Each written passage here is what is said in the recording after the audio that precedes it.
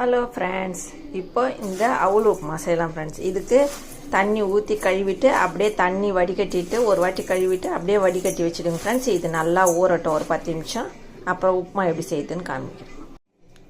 இப்போ பாருங்கள் ஃப்ரெண்ட்ஸ், கழுவிட்டேன். தண்ணி ஈரப்பதமாக தான் இருக்கணும். நல்லா வடிகட்டிட்டு அப்படியே 10 நிமிஷம் ஊற வைக்கணும். இப்படி மூடி ஊறட்டும்.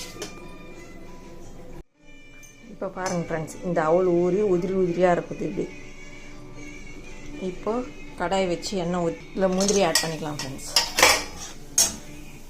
முந்திரி சேர்ந்ததும் வெங்காயத்தை ஆட் பண்ணிடலாம். இப்போ வெங்காயத்தை ஆட் பண்ணிக்கலாம். இப்போ தேவையான அளவு உப்பு ஆட் பண்ணிக்கலாம் ஃப்ரெண்ட்ஸ். அவுல் மேலே கொஞ்சம் உப்பு தோணும், அதனால் இதில் கம்மியாக போட்டுக்கோங்க ஃப்ரெண்ட்ஸ். இந்த வெங்காயத்தை மெலிசாக நீட்டாக அரிஞ்சிங்க, பொடியாக வேணாம். இப்போ பாருங்கள் ஃப்ரெண்ட்ஸ், வெங்காயம் கண்ணாடி பதத்துக்கு வந்துடுச்சு. இப்போ இதில் தக்காளி ஆட் பண்ணிக்கலாம் ஃப்ரெண்ட்ஸ். தக்காளி, இந்த இஞ்சி பூண்டு நசுக்கி வச்சுட்டு கருவேப்பிலை பச்சை மிளகா ஒன்று மேலே கோடு மட்டும் போட்டுக்கோங்க ஃப்ரெண்ட்ஸ். இப்போ இதை நல்லா வதக்கணும். இப்போ இதில் குடமிளகா ஆட் பண்ணிக்கோங்க. இப்போ இந்த தக்காளி ஸ்மாஷ் ஆகணும், அதனால் மூடி வேக வைக்கலாம் ஃப்ரெண்ட்ஸ். இப்போ இது ஒரு 5 நிமிஷம் மூடி இருக்கு.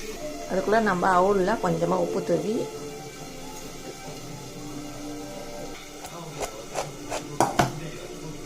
அவுல் நல்லா ஊறிச்சு ஃப்ரெண்ட்ஸ். இப்போ இது தக்காளி ஸ்மாஷ் ஆகிடுச்சு. இதில் மஞ்சத்தூள், கரம் மசாலா, மிளகாத்தூள் கொஞ்சமாக ஆட் பண்ணிக்கோங்க ஃப்ரெண்ட்ஸ். இதை வதக்கிடுங்க.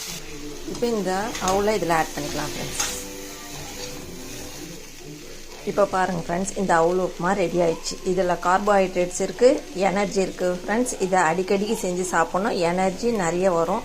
அதனால் அடிக்கடிக்கு இந்த அவுல் உப்புமா செஞ்சு சாப்பிடுங்க ஃப்ரெண்ட்ஸ். பாருங்கள் ஃப்ரெண்ட்ஸ், அவுல் உப்புமா இப்போ ரெடி ஆகிடுச்சு. இதில் முந்திரி, குடமிளகாய் எல்லாம் ஆட் பண்ணிக்குது. இது நல்லது ஃப்ரெண்ட்ஸ், பசங்களுக்கு செஞ்சு கொடுங்க. இந்த வீடியோ பிடிச்சிருந்தால் லைக் பண்ணுங்கள், ஷேர் பண்ணுங்கள், ஞாபகமாக சப்ஸ்கிரைப் பண்ணுங்கள். டாட்டா பை பை, மீண்டும் நாளை சந்திப்போம்.